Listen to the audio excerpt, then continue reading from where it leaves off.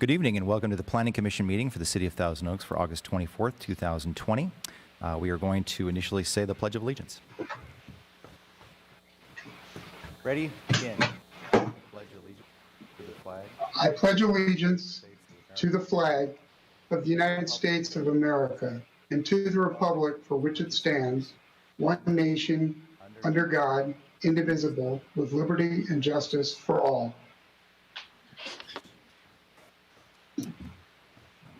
Madam Secretary, could you please read the roll call? Yes, Commissioner Buss? Present. Commissioner Cohan? Here. Commissioner McMahon? Here. Commissioner Newman? Here. Chair Lanson? And I'm here. And I want to let everybody know I did actually come in with my mask. I'm taking it off now for purposes of understanding me. I heard I actually am a little bit quiet to understand with the mask on, but I do have it and do wear it wherever we go. And you're not seeing now, but most everybody is wearing a mask when they come and go, and I would suggest all of you do as well. Mr. Parker, any written comments, announcements, supplemental packets, or continuances? Thank you, Chair. We actually have two supplemental packets this evening. One relates to item 7A on the agenda, the other to item 7B. Additionally, there has been a request for a continuance for item 7B on the agenda. Okay. Recording Secretary, do we have any actual regular public comments? I don't think we do. No public speakers? No. Okay. So we will go to number 6, the consent calendar. We have the consent calendar with the minutes from the April 20th, 2020 meeting. Amazing to think we haven't been here for 4 months. Do any of my fellow commissioners have any comments or a motion to approve the minutes?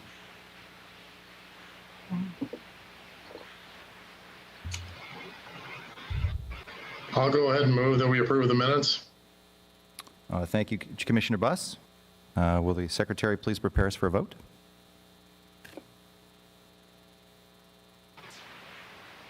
Okay, I believe it'll be a voice vote. Commissioner Buss? Aye. Commissioner Cohan? Yes. Commissioner McMahon? Yes. Commissioner Newman? Aye. Chair Lanson? Yes.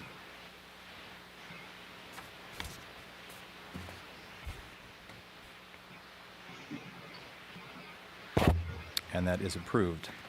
Next, we'll move on to item 7. We're going to take them a little bit out of order. We're going to do 7B first. Will the clerk please open the public hearing on 7B?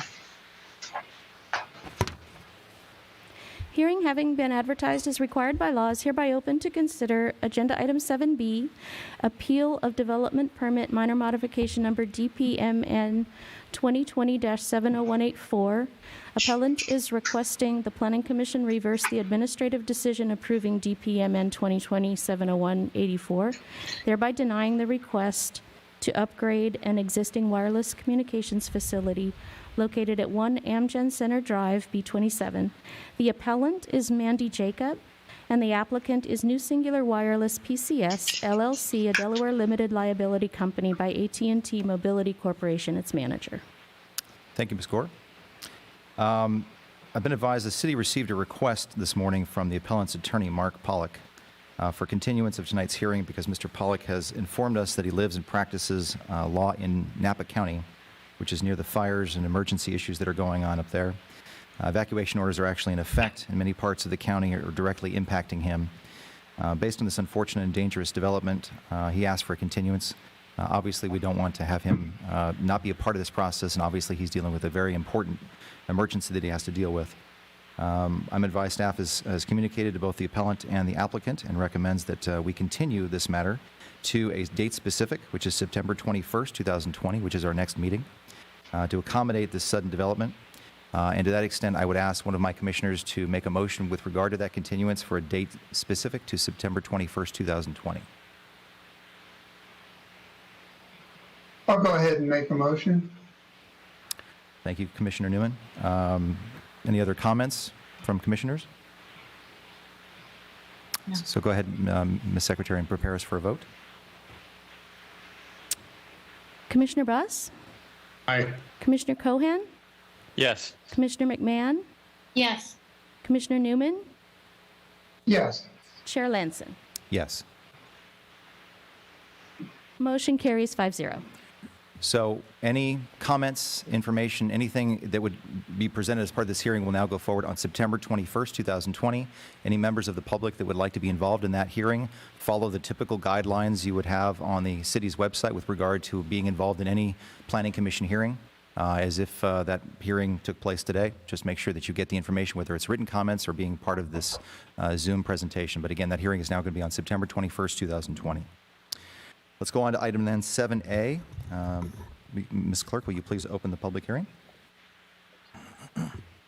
Hearing having been advertised as required by law is hereby open to consider Agenda Item 7A, continuance of special use permit number SUP 2009-70409, Oak Tree permit number OTP 70164, and Landmark Tree permit number LTP 2018-70271 to allow the construction of a self-storage building with encroachment within 25% or greater natural slope, removal of one oak tree and encroachment within the protected zones of 3 other oak trees, and removal of one toyon tree, located at 2650 Willow Lane. The applicant is James Sandifer. And I understand the staff presentation will be by Associate Planner Will Chua. Good evening, Chair Lanson, members of the Commission.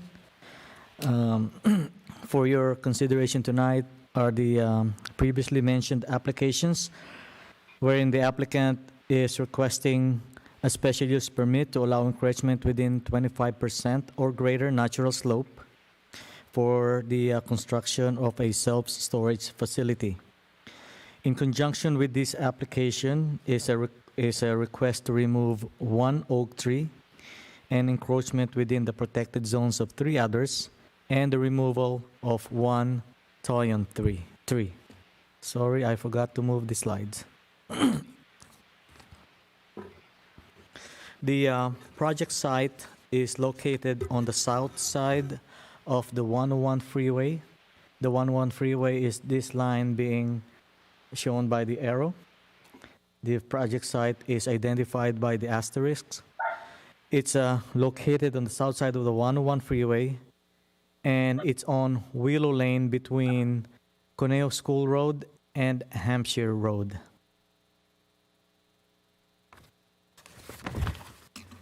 This is the aerial photo of the project site. Conejo Ridge is to the west, the 101 freeway to the north, Willow Lane obviously here at the front, and Skyline Drive to the west, or to the east, I'm sorry. There are three utility poles on the property that will be removed, and the utilities would be undergrounded. The 25% or greater slope occurs on a minor area here and around this area of the property. The adjacent uses on the property, on the west side is another storage, self-storage facility. To the north is a mobile home park across from the 101 freeway, and a nursery school to the east adjacent to the property, and some vacant residential lots on the south side, on the south side of the property. Please note that there are single-family homes being proposed on this area on the property, which will be coming to the Planning Commission, before the Planning Commission in the near future. This is a view of the project site from the southbound side of the 101 freeway.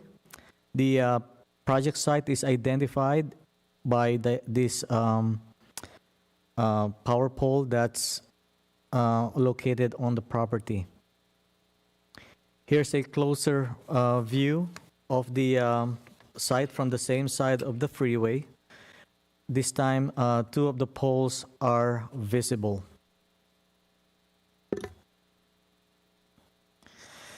This is a view of the freeway from the north side of the 101 freeway, and the project site is located here, identified where the power poles are.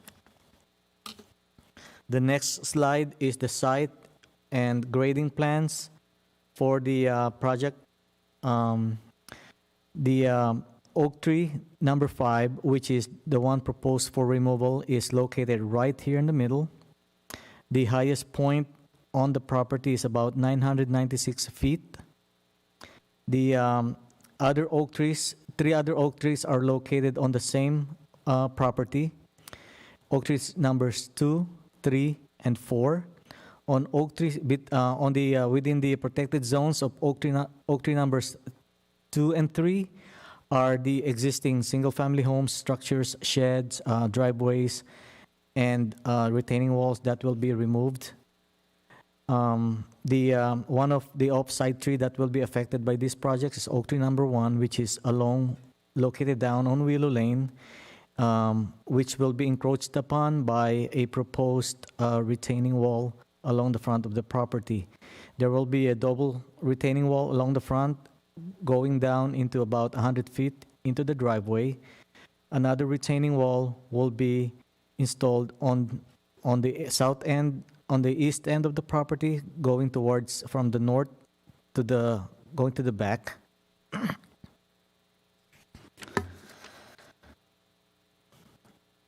This shows the proposed elevations for the project. The top figure shows the rear of the building and the existing finished grade for the of the project project site. The rest of them shows the west, east, and elevations. The building design introduced some vertical and horizontal features such as faux towers, cornices, roof elements, and windows. The materials will consist of brown stucco in different shades, some rock materials, and brick for the towers. This slide shows the roof plan, which is pretty much flat, and the third and second floor plans.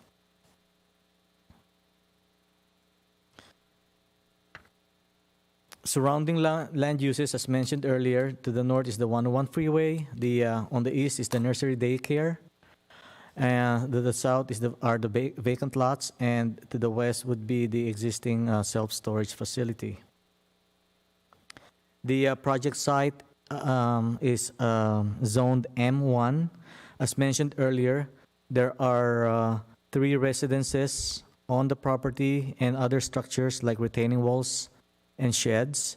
There are 5 protected trees, trees on site, 4 oaks and 1 toyon, and 1 off-site oak tree.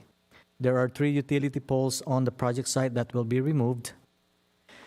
In 2009, a general plan amendment to change the land use designation from residential to M1 and a zone change application from RE to M1 were initiated to change the land use designations, basically, along with the special use permit for the office building, which was originally proposed. In 2004, the land use was the general plan amendment and the zone change were approved and were adopted, and the land use was changed from residential to industrial, and the zoning was changed from RE to M1.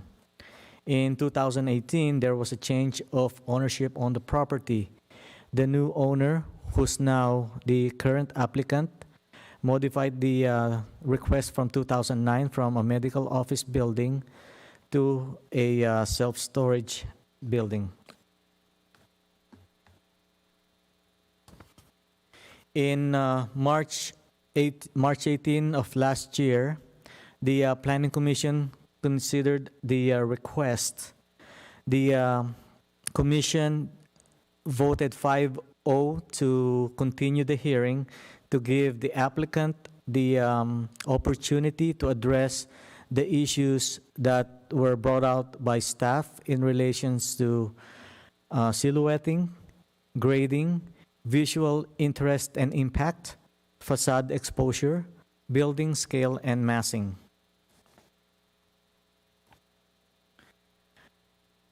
Staff and the applicant met at least 8 times and had numerous correspondences and phone discussions on how to address staff's concern.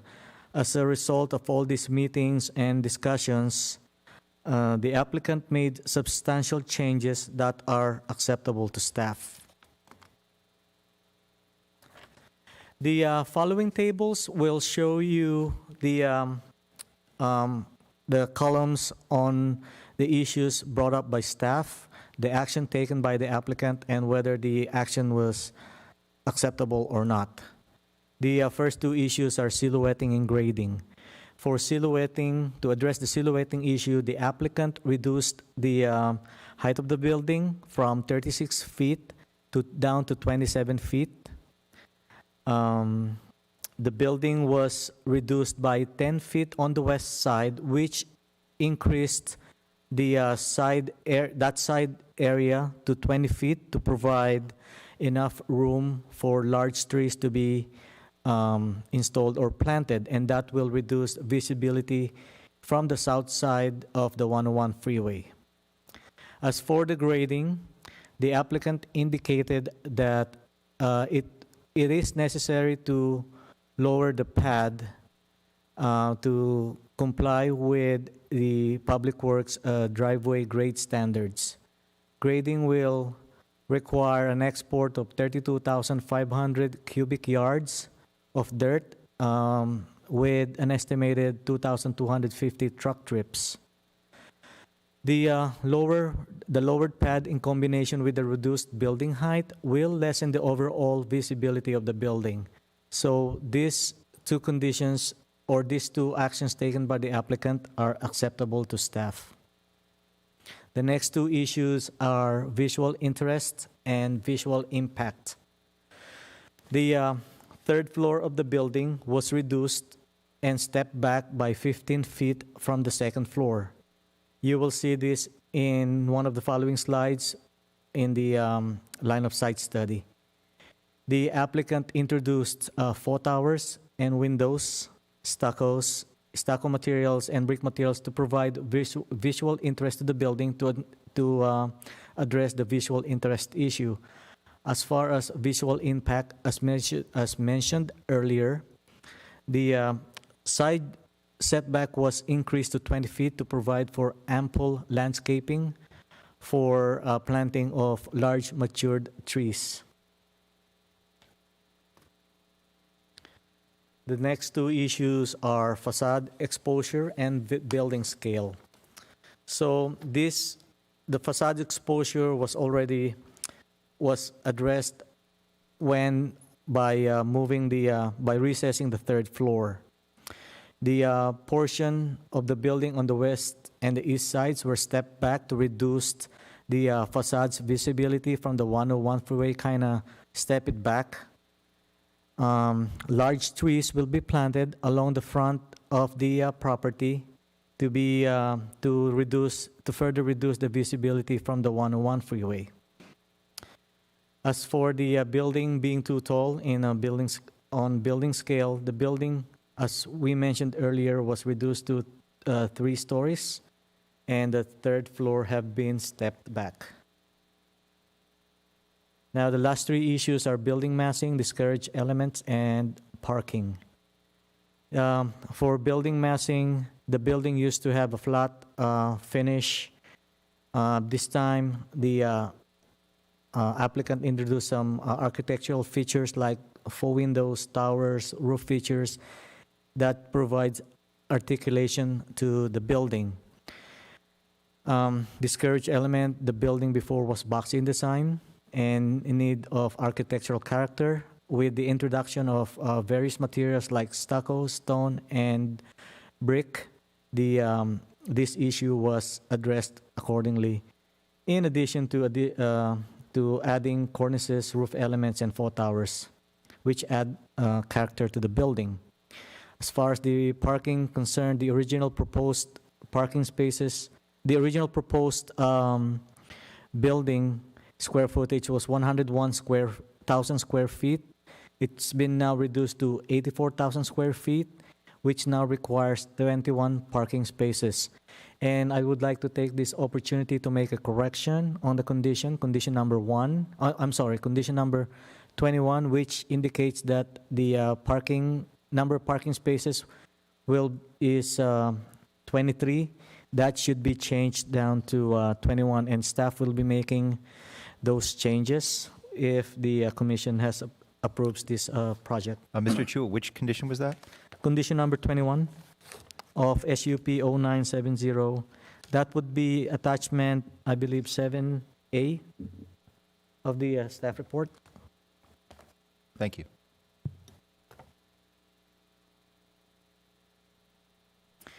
The following slides would present the photo simulations or renderings for the proposed building. As you can see, the original building has the third floor not recessed from the building. It has a monochromatic finish of using gray split stone, dark and light gray. So that's what it looks like originally as presented. This new one presents a project with a brown tone on it. It's got stucco finish, brick materials, cornices, full roof, windows, and stepping back of the building from horizontally, making it, giving it a horizontal breakup and vertical breakup as well. This is the line of sight study, the previous line of sight study that was presented to staff. The line of study, here's my arrow from the 101 freeway, is this, following my arrow. This is the portion that was previously visible from the 101 freeway. With the new change to the design, this is what's going to be exposed. The third floor The fourth floor of the building has been removed. The third floor, which was here, up to the second floor here, was stepped back. So the visibility of the building was reduced with stepping back the building and reducing it by a single floor, one floor. This is the original rendering for the building. This is the proposed rendering. As you can see, it's lower. And the next slide will show, I'm sorry, will show the building of what the building is going to look like when the proposed landscaping has matured. This next slide here is a current rendering of the proposed project, viewing it from the 101 freeway, with the rendering showing the proposed landscaping upon maturing. Excuse me. The project was evaluated against the city's applicable development standards. The first column is the development standard. The second column is the required, the minimum or the maximum required, the proposed. And then the third column would be the proposed, and the fourth column whether it complies or not. As far as parking is concerned, they're providing the minimum required is 21. They're proposing 21, so it complies. Mr. Chu, I would just at that point say that according to the staff report, that's paragraph 24 of the staff report that says 23, and you're indicating 21 is acceptable, right? Yes. Okay, go ahead. Building height, the maximum height for an M1 zone is 35 feet. The average building height, in this case, we calculate the height because the building sits on a different grade level. So the average height, calculated height is 26.7 feet. Yes, and yes, it complies. For the front setback is measured from the center line of the adjacent street for M1 zone. That would be 100 feet minimum. The proposed is 151 feet and 10 inches, and yes, it complies. The left and the rear minimum setbacks are 10 feet. The proposed are 40 feet and 10 feet respectively. Now, on the right side, which is the west side, the reason why we have the 10-foot minimum on the left and the rear sides are because those sides are adjacent to a residential area, and the municipal code requires a 10-foot minimum. For the right side, which is the west side, adjacent to another industrial use, the minimum setback is 0 feet. However, they provide a 20-foot wide setback to provide for landscaping. The building coverage minimum for M1 zone is 50%. The applicant is proposing a 32% building coverage. As far as grading is concerned, I've discussed this grading, and the pad will be lowered by about 20 feet. The grading activity requires planning commission approval because of the 25% or greater slope. That slope is insignificant because of the fact that it's a remnant of a previous activity, and that this slope is not visible from the 101 freeway. As far as the manufactured slope, the maximum slope limit is 2-to-1 slope, which is for every 2 horizontal run. There should be a 1 vertical run, and that's the maximum slope allowed without approval by the Planning Commission. In this case, a 1.5 to 1 ratio on a small portion on the west side for grade transition is being proposed. The Planning Commission may grant the waiver if the applicant can certify that the slope is stable and can be landscaped, and that the engineer and their consultant can certify that the slope can be will be stable and can be planted. In this case, staff is supporting this 1.5 to 1 ratio, because without this 1.5 to 1 ratio, approximately 12-foot high maximum wall will be required along that portion of the property, which is not visually pleasing. As mentioned earlier, there are varying heights of retaining wall along the north side of the property, which is the front of the property. This is a two-tiered wall that varies from 1.5 to 2 feet down to 2 feet. This is on the west side. Is the lowest height of the walls will occur along the termini of these retaining walls on the driveway and the west side of the building along Willow Lane. The tiered walls will have a maximum of 6 foot high. This is the proposed landscape plans. That's, as you can see, the proposed landscape plan is heavily planted with large trees, 24-inch box trees, along the front, which has exposure, and along the side.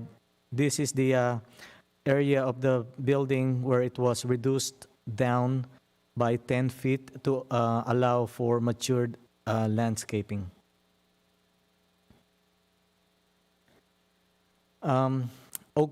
Tree permits. There are 2 tree permits proposed, the oak tree and the landmark tree permits. The oak tree permit is requesting the removal of oak tree number 5, which is centrally located on the property. The property cannot be developed without the removal of this oak tree because of the small size of the available pad for development. There will be encroachment within the protected zones of 3 oak trees, as mentioned earlier. One, there will be the oak tree number 1, which is on the right of way, will be encroached upon by the retaining wall. Staff considered this a minor encroachment, and we're supporting it because the option, if no encroachment is approved, would be a 12-foot high single 12-foot high retaining wall, which is less aesthetically pleasing.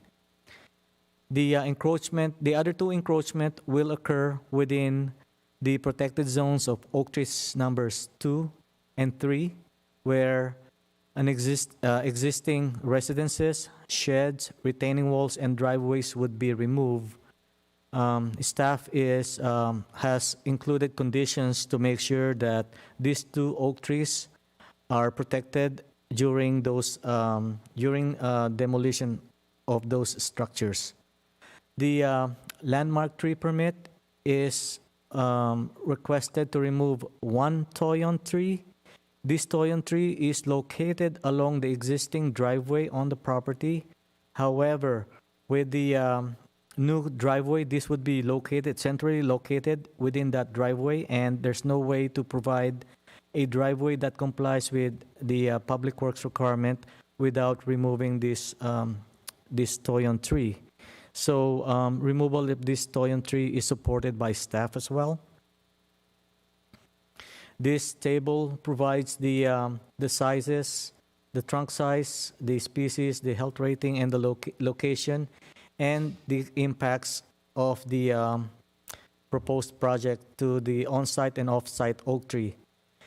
Oak tree number 1 is the valley oak, which is located in the right-of-way.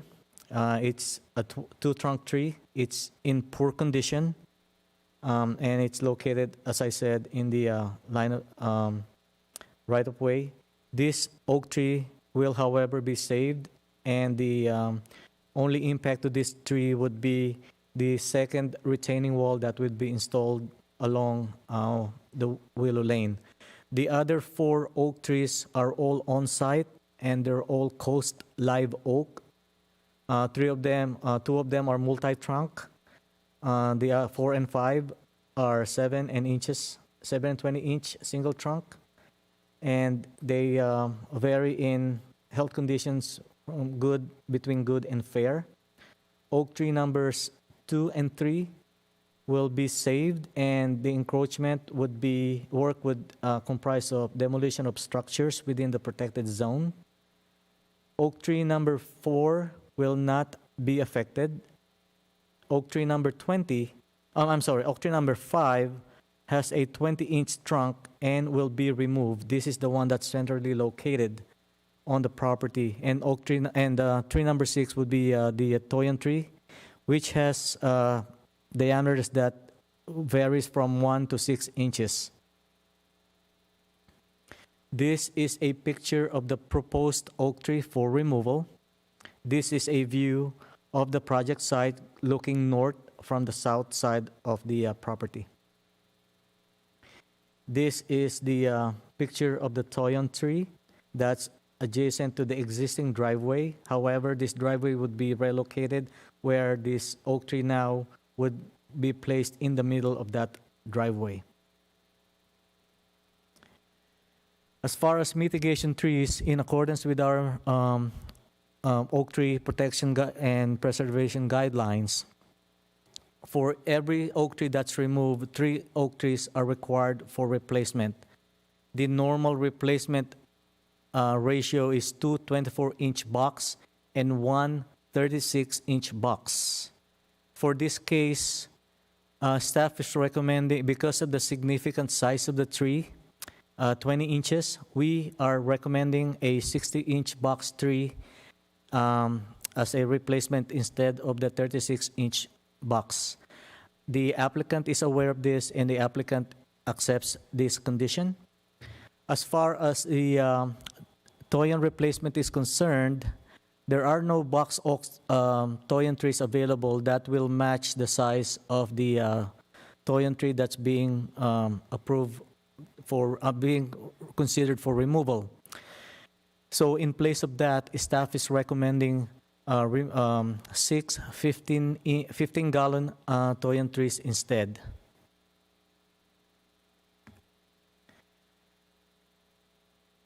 For environmental review, this project is reviewed against categorical exemption 32, class 32, which is section 15332, under infill development of CEQA. The site is consistent with the general plan designation because it's now designated as industrial use, and it occurs within city limits, and the project site is less than 5 acres. There are no endangered, or this site is not a habitat or does not serve as a habitat for endangered or rare or threatened species listed under the California's endangered species. The approval of this project would not result in any significant effects relating to traffic, noise, air quality, or water quality because of the nature of the self-storage use. The site can be served by all required utilities and public services. So staff finds that this project is exempt under class 32 categorical exemption. The new design complies with the Thousand Oaks Municipal Code and the applicable city policies. Removal of the oak and the toyon trees would allow reasonable and conforming use of the property. Staff is recommending that the Planning Commission adopt the resolutions to approve SUP 2009-70409, OTP 2011-70164, and LTP 2018-70271. And that concludes staff's presentation for this project, and staff is available for questions that the commissioners may have. Thank you. Mr. Chua. I think before we get to questions, I think Commissioner Cohan had a comment. Yes, thank you, Chair Lanson. Before we begin, I want to let everyone know that my employer prepared a technical study for this proposed project. So as an abundance of caution, I'll be excusing myself from this agenda item. Thank you. Understood. Thank you, Commissioner Cohan. Now, to the other commissioners, is there questions of staff? I have a question. Go ahead. Yes, Mr. Chua, you had mentioned that the properties to the south are being proposed by a developer for homes, residential homes. Is that correct? Yes. There Um, will be 4 single-family homes being proposed behind that on the south side of the property. Does the developer, is he aware of what is being proposed for this site in case he wanted to make some comments or offer some, reservations about it? Yes, he is well aware of it. As a matter of fact, they have granted easement for the applicant to perform the required brush clearance if needed. So, yes, he's aware of it. Okay, so then he doesn't feel it will affect him adversely, obviously. I have not heard any comment from him against or for this project, so Okay, thank you. That's it. you're welcome. Other questions from the commissioners? I'll take my turn then and have a quick one. Back to the easement issue, I believe one of the empty lots we actually approved within a year or two ago to build on that site. And I think at that time, one of the discussion is maintenance of some of that area above it, if my memory serves correctly. So this applicant would have the obligation to weed for that, 90 feet?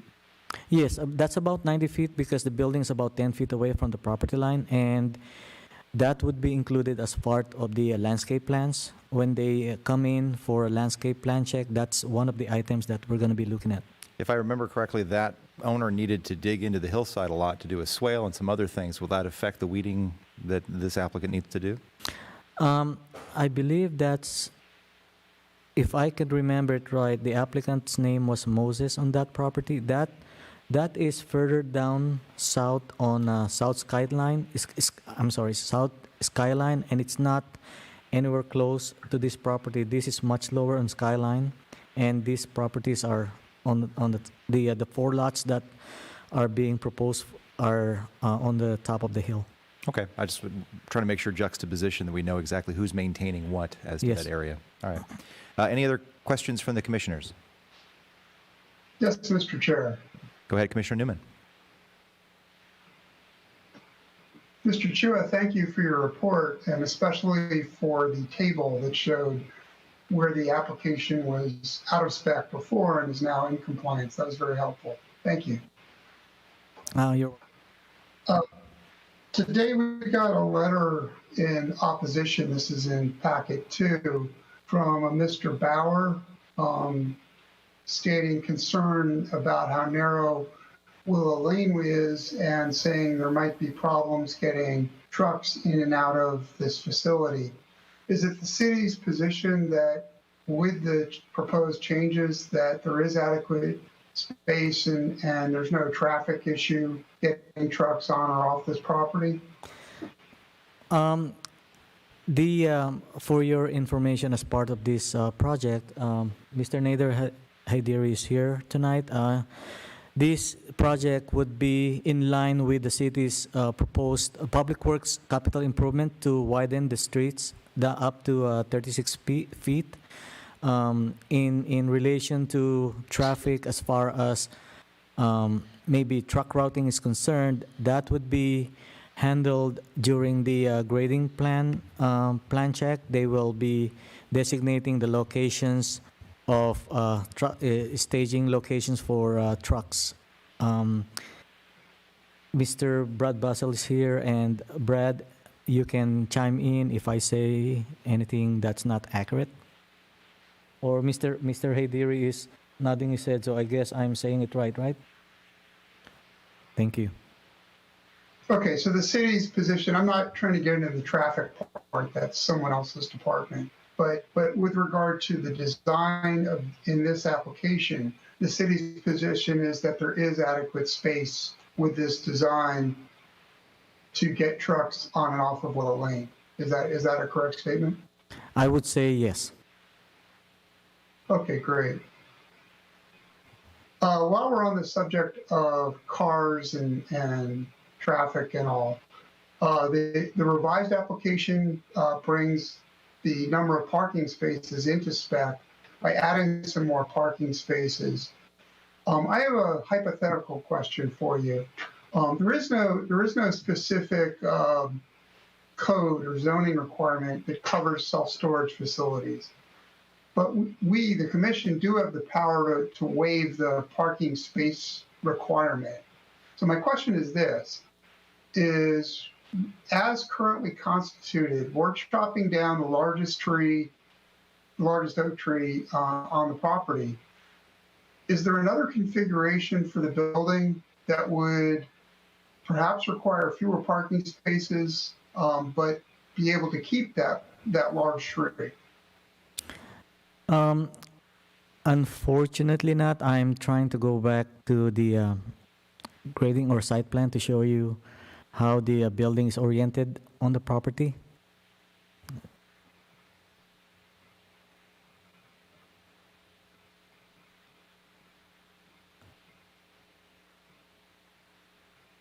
Okay, so this is the property, and I will be tracing the property lines by my arrow here. So the area for the building, the proposed building, is right here. This is the outline for the floor plan of the building. As you can see, the oak tree is located right here towards the middle of the property, and there's no feasible way of reconfiguring any or removing any parking space or moving the building up or down to be able to save this oak tree. So the answer to your question, unfortunately, is not. We would like to save the tree, but there's no way to save it, unfortunately. So. Okay, thank you. Also on trees, condition 31 requires, as you mentioned, 24 and 36 and 60-inch box or larger evergreen trees. And it also says that this number will include mitigation trees from the oak tree permit and the landmark tree permit. So 2 questions about that. Number 1, are oaks considered evergreens? Yeah, I believe so, yes. Okay. So moving on then, their photo simulations show that these replacement trees substantially will cover the building. And my question on that is, how many years will it take these box trees to grow to the height shown in the photo simulation? I really can't tell you that, unfortunately. Would say probably about 10 years, depending on how much water we get, because, so. All right, but certainly on day one, it's not going to look like the picture presented in the photo simulation. Definitely not. Okay, and because of that, will the building be visible from the 101 freeway and from Willow Lane? Most likely, but when we do the landscape review for this, that's why in my staff report I pointed out that this is not what the final landscaping would look like. What it is we will have our oak tree consultant or our landscape consultant to strategically place the trees wherein it will provide the maximum coverage at the time that the tree is growing. So it's not going to be perfect, but we will try our best.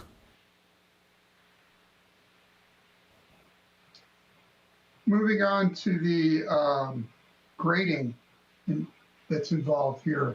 You mentioned in your report there are 32,500 cubic yards of cut here, and that's 2,250 truck trips, correct?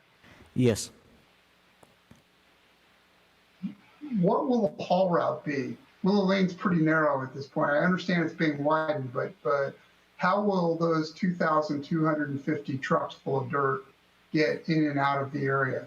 Well, there will be a certain number of trucks each day, and they will not be hauling, all this debris the same day. Public Works will provide staging area for the trucks so that they won't be parking on Willow Lane because there's no parking on Willow Lane, as far as I know. Right. There are other possible locations could be on Willow, what's that street? Conejo Ridge. That is a seldomly traveled location. That's a potential location, and I've seen hauling trucks being parked on Rancho Road early in the morning. So those are possible locations for truck staging while they're waiting for their haul. And as far as the hauling away itself, would the trucks be more likely to go toward Hampshire Road or toward Thousand Oaks Boulevard? That I cannot answer. So I will be inviting Deputy Director Nader. Thank you.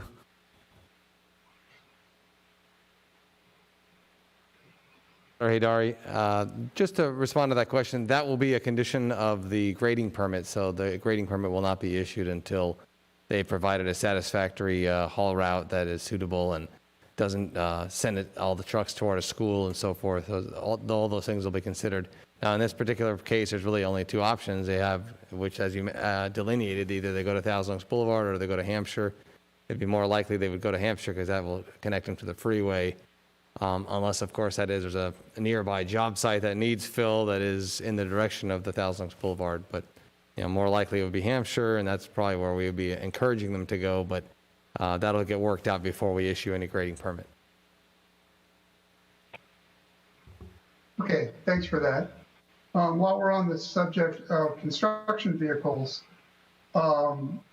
this is the same question we had at our last meeting about construction vehicles.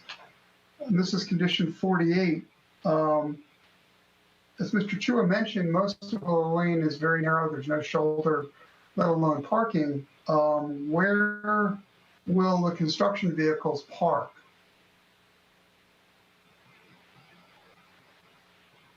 We're finding that that's, a more of a common theme as the city's getting more built out and there's less, vacant parcels here and there for people to be able to operate out of and utilize. And in fact, the one on Duesenberg, which was used by many projects over the years, is now almost completed as a assisted living facility. So that one's going to be gone.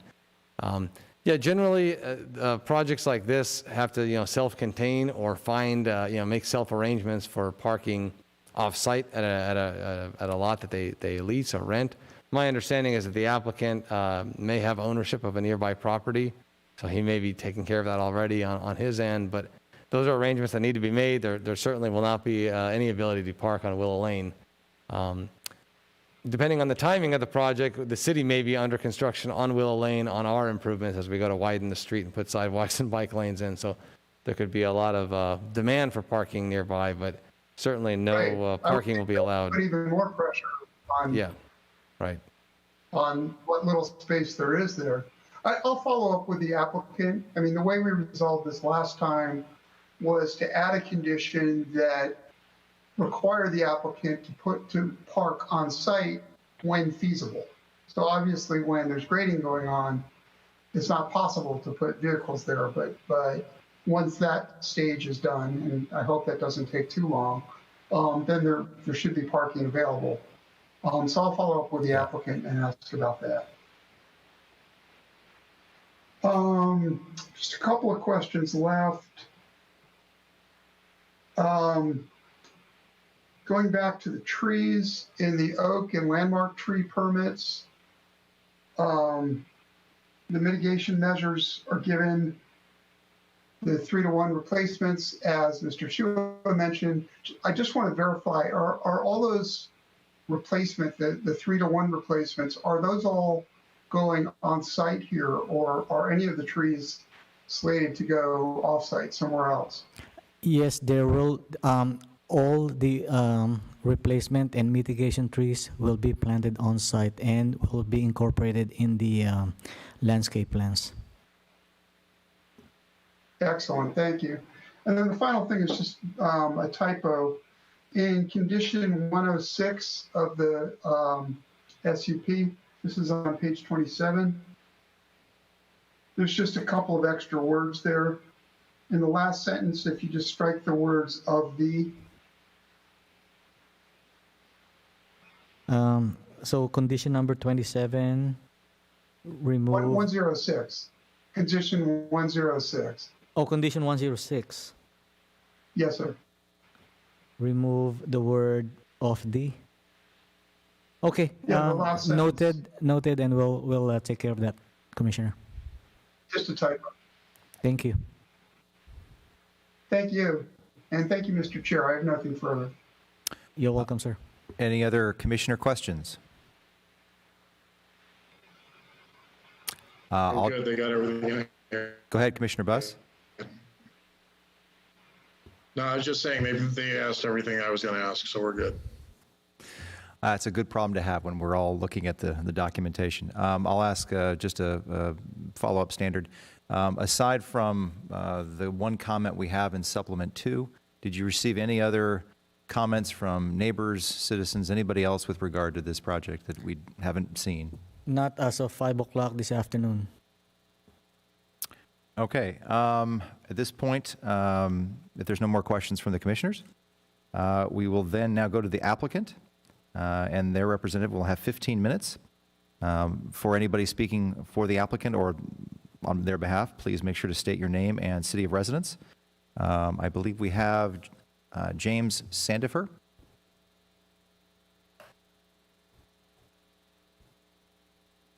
Mr. Sandifer, are you there? Can you hear me now? Can you hear me? Yes, we can. Go ahead. Okay. Here I am. Yeah, James Sandifer. I'm a resident of Thousand Oaks. And staff laid it out pretty well. We've been working together, as you said, for last year and a half since continuance. And I think the staff has recommended approval, and we're happy about that. We're ready to move on. And if there's any questions, I really don't have much to say because Will's pretty much laid it all out. So if anyone has any questions, I'm here. And the architect, Neil Scribner, is right here also. Mr. Scribner, did you want to provide any further comments? No, I would just answer questions if you have any. I'll just real quick one in terms of following up Mr. Chua's comment. Mr. Sandifer, you understand all the conditions and things that ultimately have been asked of you as part of this process, and you're agreeable with everything that Mr. Chua said, right? Yes. Okay. We'll then turn over to Commissioner questions. I do have a couple of things to say to answer a couple of questions. Oh, okay, go ahead. I just remembered. The renderings, we're talking about the trees and how fast they grow and all that from the freeway. First of all, the rendering is from the 10th lane over. That shows you'll see the most from there. When you're going southbound, you won't see anything.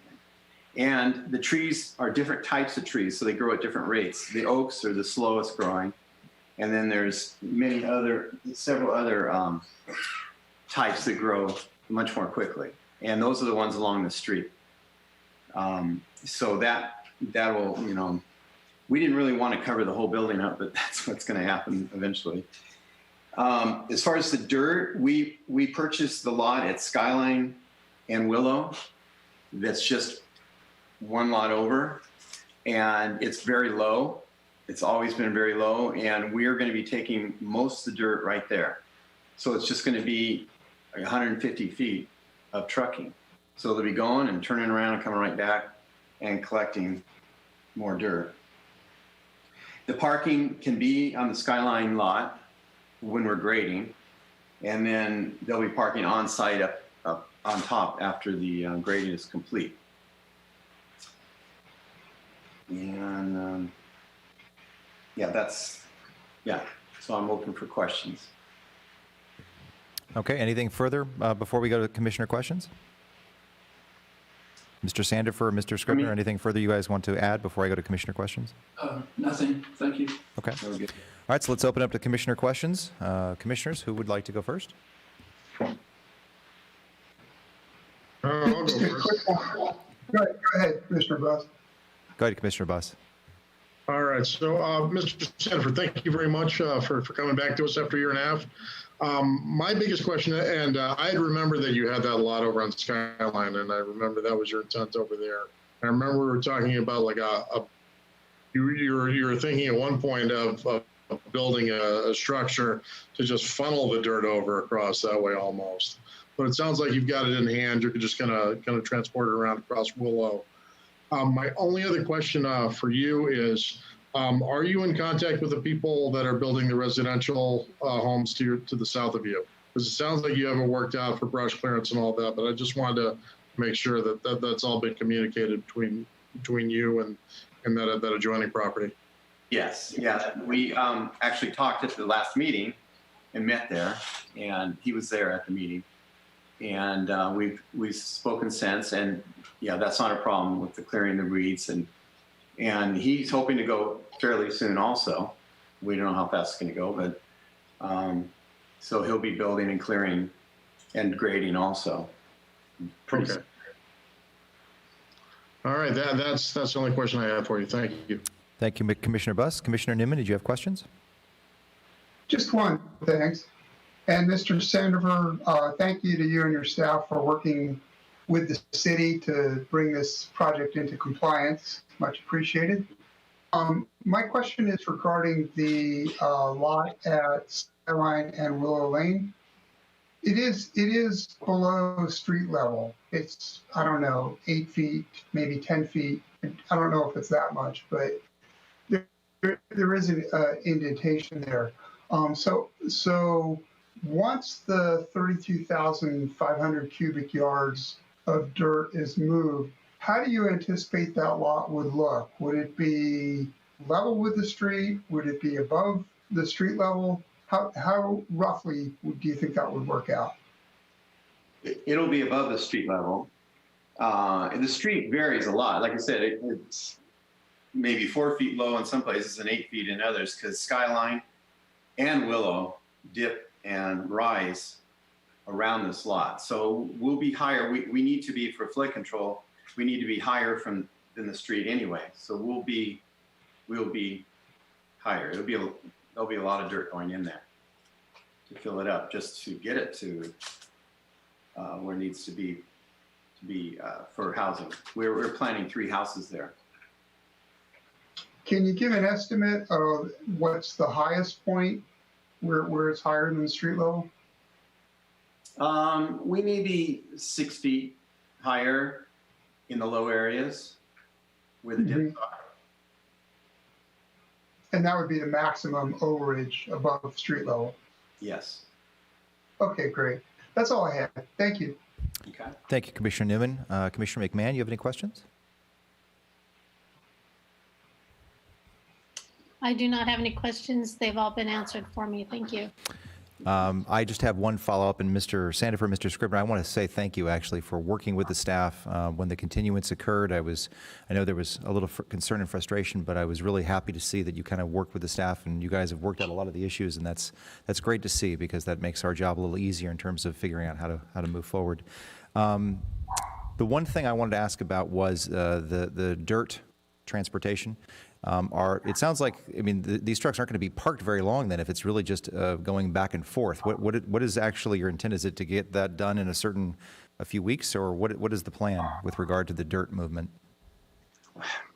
Well, my plan, we're widening the street a lot. It's 12 to 15 feet wider, and that's where the retaining wall is going to go. So that's why we need a retaining wall. There's no retaining wall there now. So we'll be widening the street. And in that, what I'm looking at is the trucks will just pull up on our new area that we graded and load right there, so they don't even have to go up the driveway. They'll load right there, drive right across the street, dump it, come back, probably go up to Caneo School and do a U-turn, and then get in line again. And it should go quickly and be not much. We'll probably have to have traffic people there, to make sure. But they hardly were going to have to even go on the street. It's just going to be right down this, a few hundred feet. And just to make sure that I'm clear, and this may not be necessarily to you or maybe to staff, but the fact that he's moving that dirt to that new location, does that require any additional permits or things that we need to do or the staff needs to do?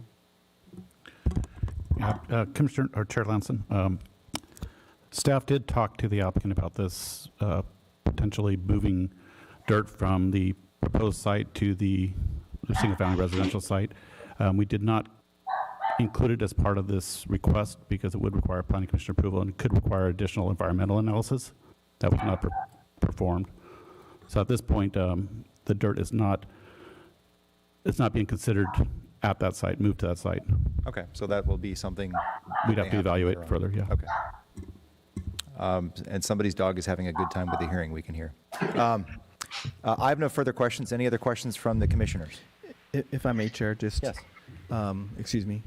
I think Commissioner Newman made a comment about condition number 48, and he made a request that it might be modified in a way to, and this was briefly discussed. I just want to make sure we have a condition, if it's going to be modified, that everybody understands that condition is modified and understands the term. If Mr. Newman is okay with it, I think I understand what he's trying to do, and so I would read a modification to condition number 48 to ensure that the applicant is aware of this condition.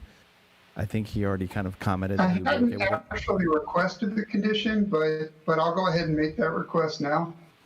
Okay, so it would just be in addition to condition number 48, and that would read, after grading has been completed and approved, and if reasonably feasible, applicant shall have construction workers or construction-related vehicles park on the project site. Is that close enough, Mr. Newman, to what you were intending? Yes, that sounds fine. Thank you. Okay. Okay. So then it would be Yes. for applicant to understand that and be okay with that condition. Mr. Sandifer, is that As condition? long as it's okay with the applicant. Yes, and that, I'll go to Mr. Sandifer since we're still in your actual time. Is that an acceptable condition to you? Yes, it is. Okay. Any other commissioner questions?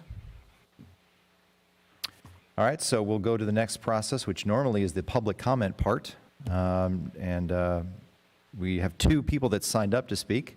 I'll announce their names. I don't believe they're on the line, but I'm going to announce their names and just to make sure.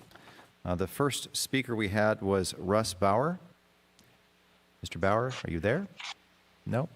Mr. Bauer actually submitted packet 2, which was an email, which I'm assuming is what he intended to say. So we'll consider that as part of the process. The second speaker was Bob Lotto, who I don't believe is on the line either. So that will be it for public comment. We'll go back to staff. Mr. Chua, did you have anything further to add? No, we don't have anything to add at this point. Okay. And then finally, Mr. Sandifer and Mr. Scribner, is there anything else you wanted to advise us about before we close the public part of the hearing?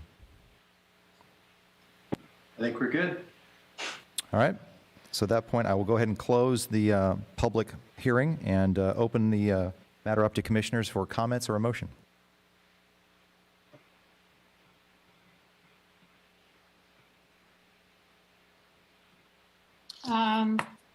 If I may have the floor, I would move that we approve special use permit 2009-70409, Oak Tree permit 2011-70164, and landmark tree permit 2018-70271, based on the findings and subject to the conditions contained in the resolution, including the change that was just made tonight.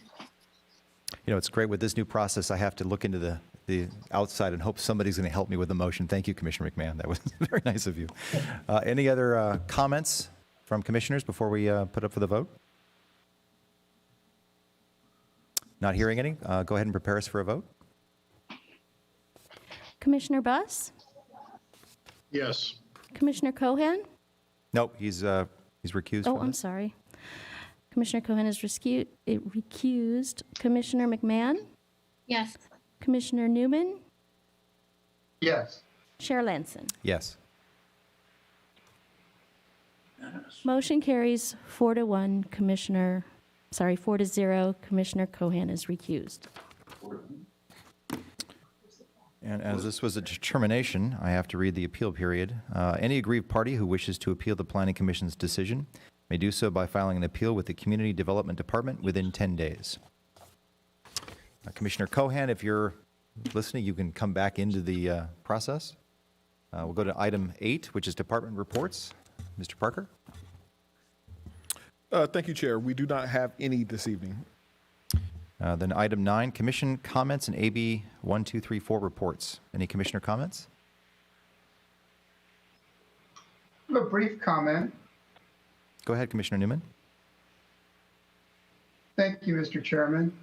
I want to commend to the public this article, which appeared in the Los Angeles Times just after we met. I can't believe it's 4 months ago.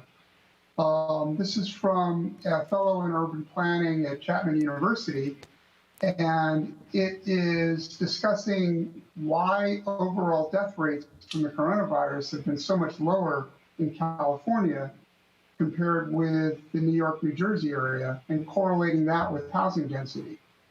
And I hope as we consider future applications that involve very dense housing, that we do consider the health and safety of residents in our discussions, because unfortunately it's going to be something that we're going to have to deal with for at least for the foreseeable future.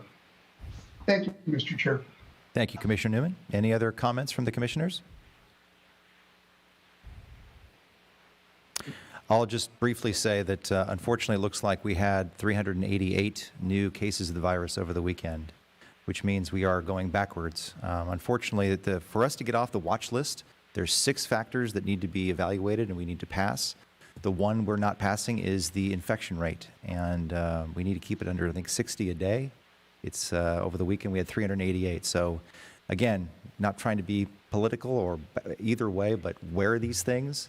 Stay 6 to 10 feet away, stay out of groups, wash your hands, and try not to get the virus, because as soon as you do that, we can get back in and have our businesses open, and we can get back to our lives. So as soon as everybody follows the rule, everybody can get their lives back.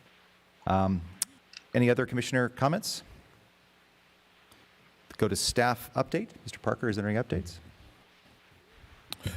Just briefly, for our next meeting on September 21st, there's tentatively 3 items on that agenda. So it'll be a busy night, lots of business to take care of. Other than that, we don't have any additional announcements.